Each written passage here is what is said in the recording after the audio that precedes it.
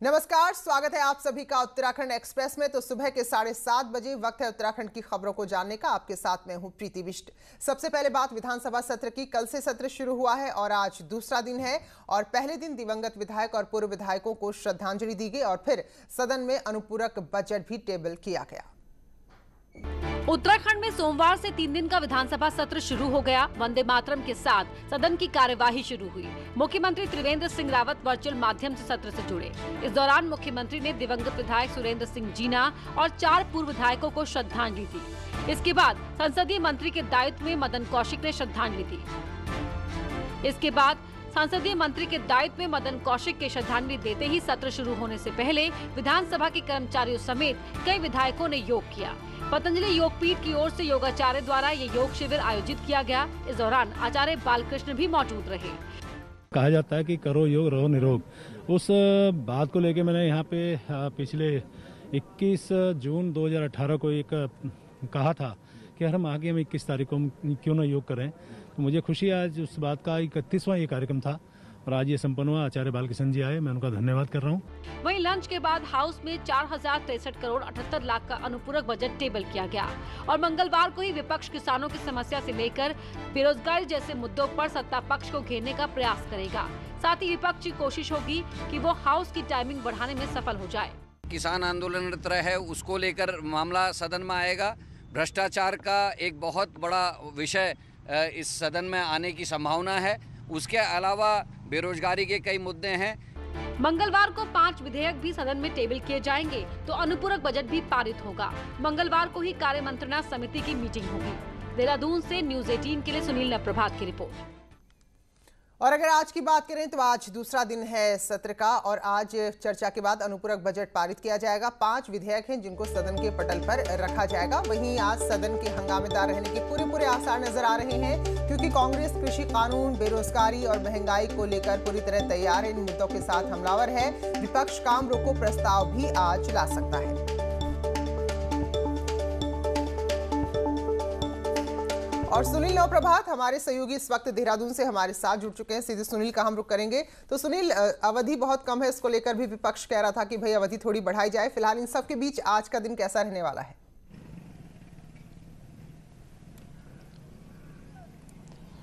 देखिए प्रीति, आज का दिन जो संभावना है कि बेहद हंगामेदार रहेगा सदन के भीतर।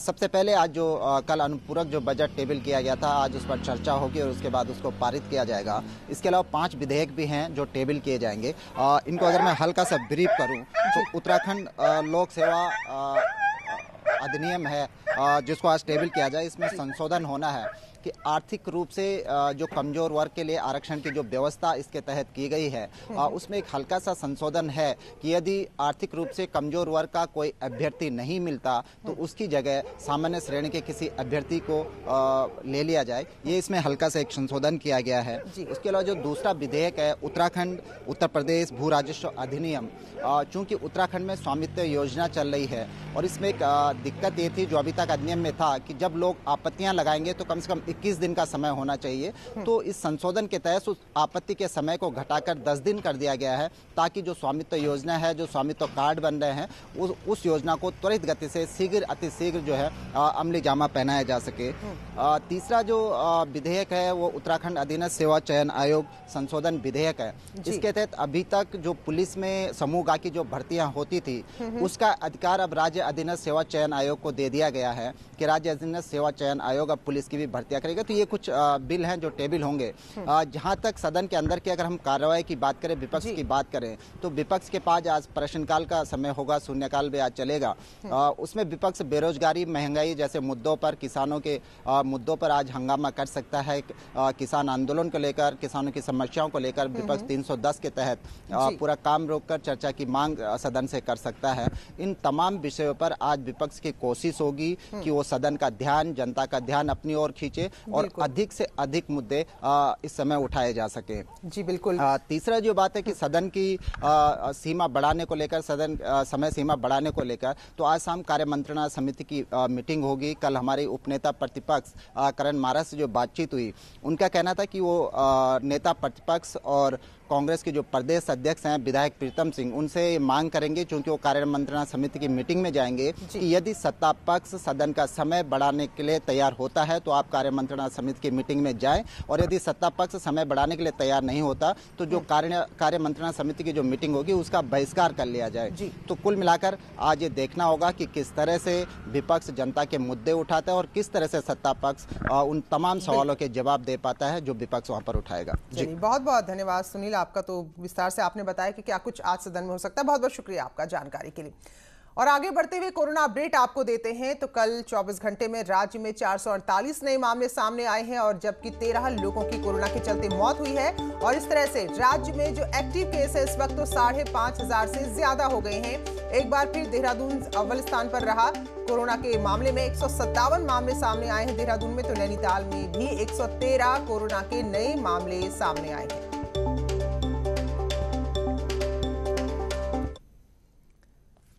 आगे बढ़ते खबर रामनगर से है, जहां रामदत्त जोशी संयुक्त अस्पताल में पीपीपी मोड में कर्मचारियों ने 100 से ज्यादा अभ्यर्थियों को बगैर किसी जांच के ही कोविड की नेगेटिव रिपोर्ट दे दी।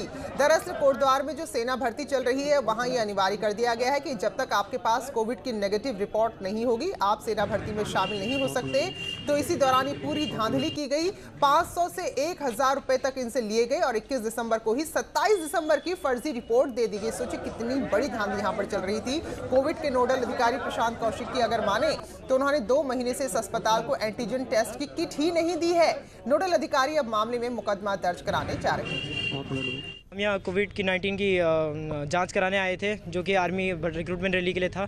तो हम नेगेटिव रिपोर्ट कराने आए थे, तो यहाँ पे अवैध पैसा लिया गया है हमसे। पंजाब के 500 से लेके 1,000 रुपये तक हर पर बच्चे का लिया गया है, बिना जाँच के। वो भी रैपिड एंटीजन टेस्ट का है। मेरे को भी इन लोगों ने अपनी रिपोर्ट दिखाई है। वो 27/12/2020 की है, यानी कि आज से 6 दिन बाद की रिपोर्ट दी हुई है, जिसमें मेरी मोहर लगी हुई है। मेरे हस्ताक्षर नहीं है, हस्ताक्षर भी मेरे नहीं है उसमें, और वो प्रिंट आउट निकला हुआ है। और जहाँ तक मुझे याद है एक बार पहले भी ऐसी कोई घटना हुई थी, जिसके बाद से रैपिड एंटीजन टेस्ट किट अस्पताल में मैंने उपलब्ध करानी बंद कर दी हैं 2 महीने से। और खबर उधम सिंह नगर से है, जहां रुद्रपुर की एक कॉलोनी में पुलिस की मौजूदगी के बीच अचानक ढोल बजने लगा। ढोल की आवाज सुनकर लोग भी इकट्ठा हुए। दरअसल पुलिस अपहरण के आरोपी की तलाश में उसके घर पहुंची थी, जो पिछले 4 महीनों से फरार चल रहा है।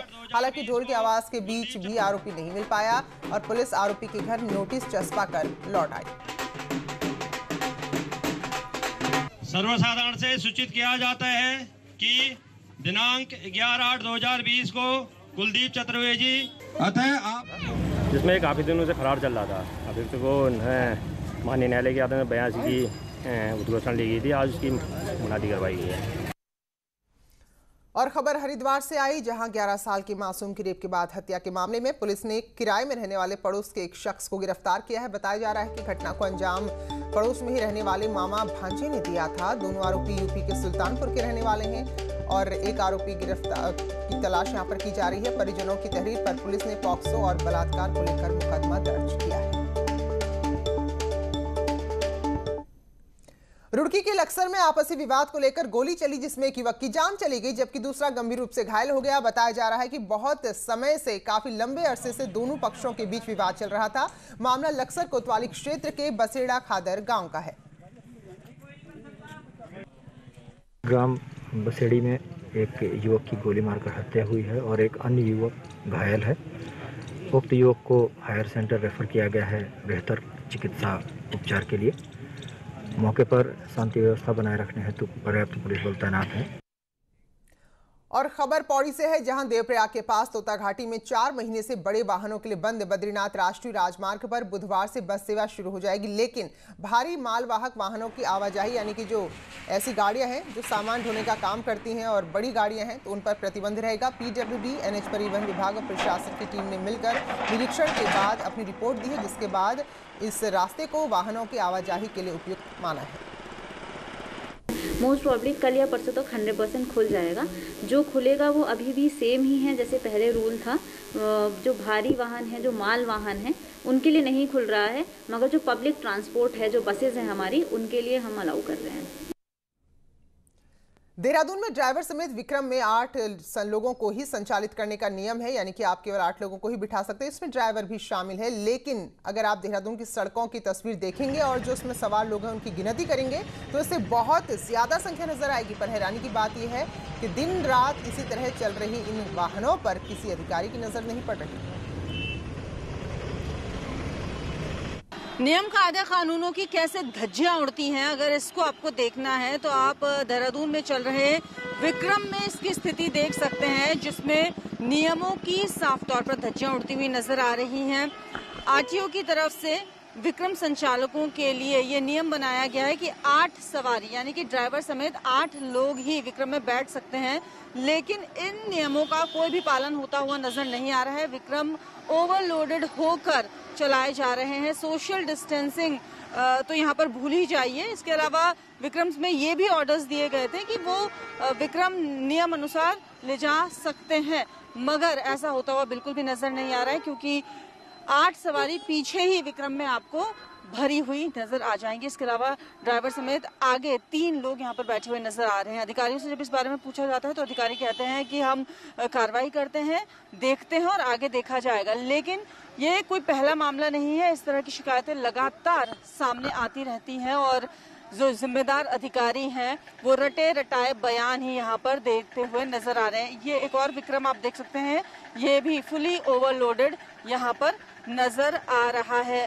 अब इस पर किस तरीके से एक्शन लिया जाएगा, क्योंकि बार बार सिर्फ बातें ही यहाँ पर बनती हुई नजर आती हैं। कैमरा पर्सन दीपक उपाध्याय के साथ भारती सुकलानी, न्यूज़ 18 देहरादून। हरिद्वार में अखिल भारतीय अखाड़ा परिषद की 25 दिसंबर को बैठक होगी, जिसमें अगले साल होने जा रहे महाकुंभ के स्वरूप को लेकर चर्चा होगी। संतों का कहना है कि उत्तर प्रदेश सरकार ने माघ मेले के लिए तैयारियां पूरी की हैं और अब हालात भी काफी सुधर रहे हैं। इसलिए राज्य सरकार को भी मेले की तैयारी पूरी करनी चाहिए ताकि कुंभ मेला प्रयागराज की तरह दिव्य और भव्य हो।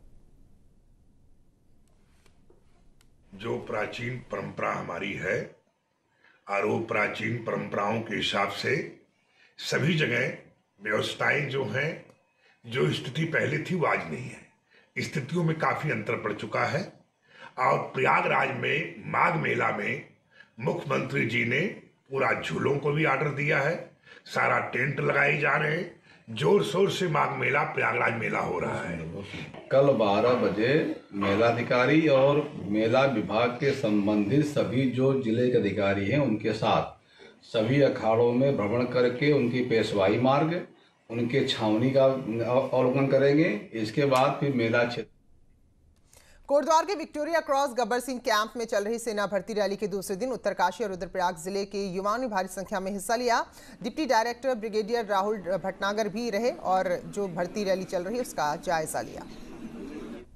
बच्चों को भी तकलीफ हो रही है, हमने भी कोविड टीम बिठा के रखी हुई यहाँ पे। इन सब चैलेंजेस के साथ साथ हम बच्चों की आशाओं भी देख रहे हैं, उनकी आशाएं न टूटें, इसलिए हमने इनिशिएटिव लिया, अपने आप को एक्सपोज भी किया। हमारे इतने जवान आते हैं यहाँ पे, सब एक्सपोज भी हो सकते हैं, लेकिन फिर भी हमने कोशिश की कि इस गढ़वाल एरिया में रैली को आगे बढ़ाएं। पिथौरागढ़ के मुंसियारी की रुपसिया बगड़ जल विद्युत परियोजना को लेकर जनसुनवाई हुई। उत्तराखंड पर्यावरण नियंत्रण बोर्ड ने जनसुनवाई आयोजित की थी। असल में साई पोलो ग्राम सभा के रुपसिया बगड़ परियोजना प्रस्तावित है और 120 मेगावाट की परियोजना को उत्तराखंड जल विद्युत निगम बनाएगा। जनसुनवाई के दौरान सभी पक्षों को सुना गया और लोगों ने परियोजना का समर्थन किया। वहीं UJVN ने कहा है कि परियोजना बनने से जो हिमालयी इलाके हैं वहां की जो मूलभूत विकास है उसमें गति आएगी।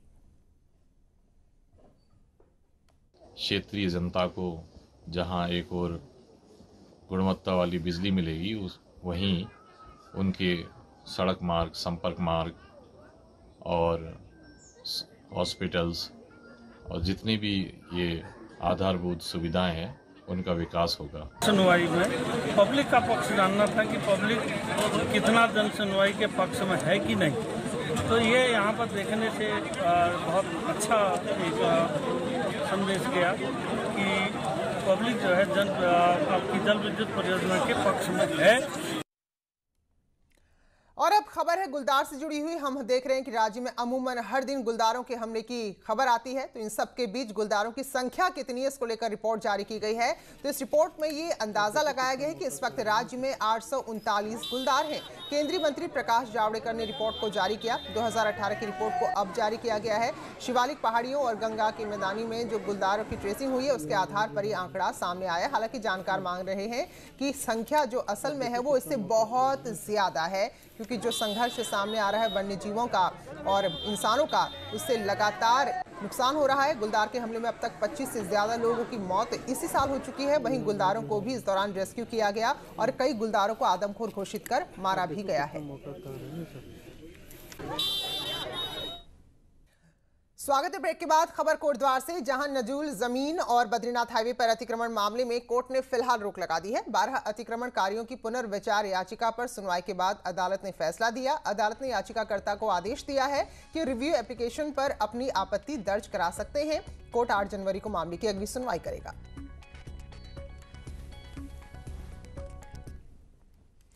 खटीमा नगरपालिका में पर्यावरण मित्र और नगरपालिका अध्यक्ष विवाद में एक नया मोड़ आया है। पर्यावरण मित्र वेतन मांग को लेकर धरना दे रहे हैं। वहीं अब नगरपालिका अध्यक्ष सोनी राणा ने नगरपालिका में कई पर्यावरण मित्रों की नियुक्ति को ही फर्जी बता दिया है और जांच के बाद कार्रवाई की बात कही है। अवैध नियुक्ति की जांच चल रही है। मेरे पास सभासदों द्वारा शिकायत आई थी कि अवैध नियुक्तियां की गई हैं, जिसके लिए मैंने अधिशासी अधिकारी को लेटर भी लिखा कि इनमें जांच की जाए। इसी जो जांच मैं करवा रही हूँ इनसे शुद्ध होकर ताकि ये जांच मैं ख़त्म करा दूँ। इसलिए ये बेबुनियादी अपनी मांगे लेकर मुझ पे दबाव बना रहे कि मैं इन जांचों को ख़त्म कर दूँ। अब कुछ ही दिनों में क्रिसमस है और उसके बाद नया साल है, तो ऐसे में पार्टियों के लिए देश के अलग अलग कोने से पर्यटक उत्तराखंड पहुंचेंगे। तो कोरोना के खतरे को देखते प्रशासन ने अपनी तैयारी शुरू कर दी है। जो राज्य की सीमाएं हैं वहां सभी पर्यटकों की थर्मल स्क्रीनिंग होगी। किसी भी पर्यटक में कोई भी अगर लक्षण दिखता है तो उसका एंटीजन टेस्ट कराया जाएगा। राज्य में आने वाले सभी पर्यटकों को स्मार्ट सिटी ऐप में रजिस्ट्रेशन कराना जरूरी होगा। साथ ही जो पार्टियां होंगी, जो फंक्शन होंगे, उसमें सोशल डिस्टेंसिंग के साथ साथ कोविड गाइडलाइंस का पालन करना भी जरूरी होगा। साथ ही अगर कोई बंद हॉल है तो उसमें 100 से ज्यादा लोगों की गैदरिंग नहीं की जा सकेगी।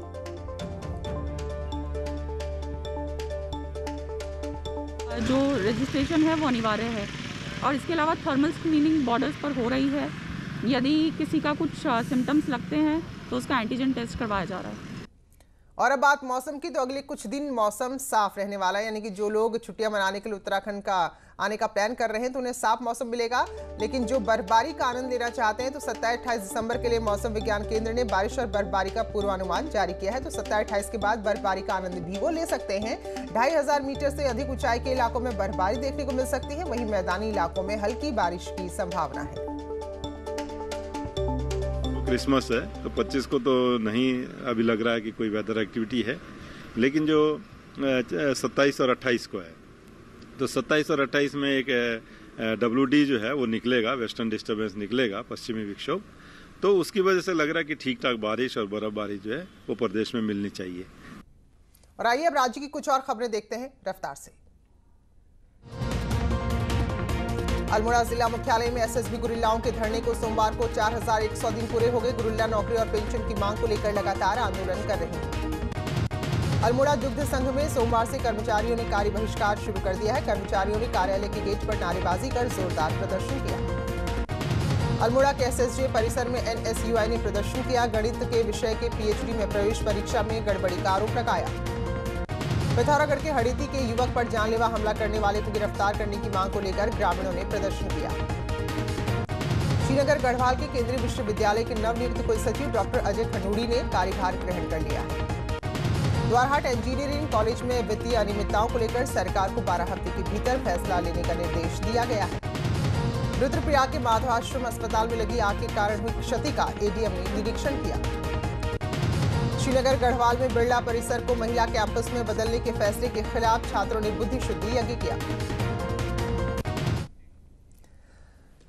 तो उत्तराखंड की खबरों में फिलहाल इतना ही, लेकिन ब्रेक के बाद भी सिलसिला जारी है।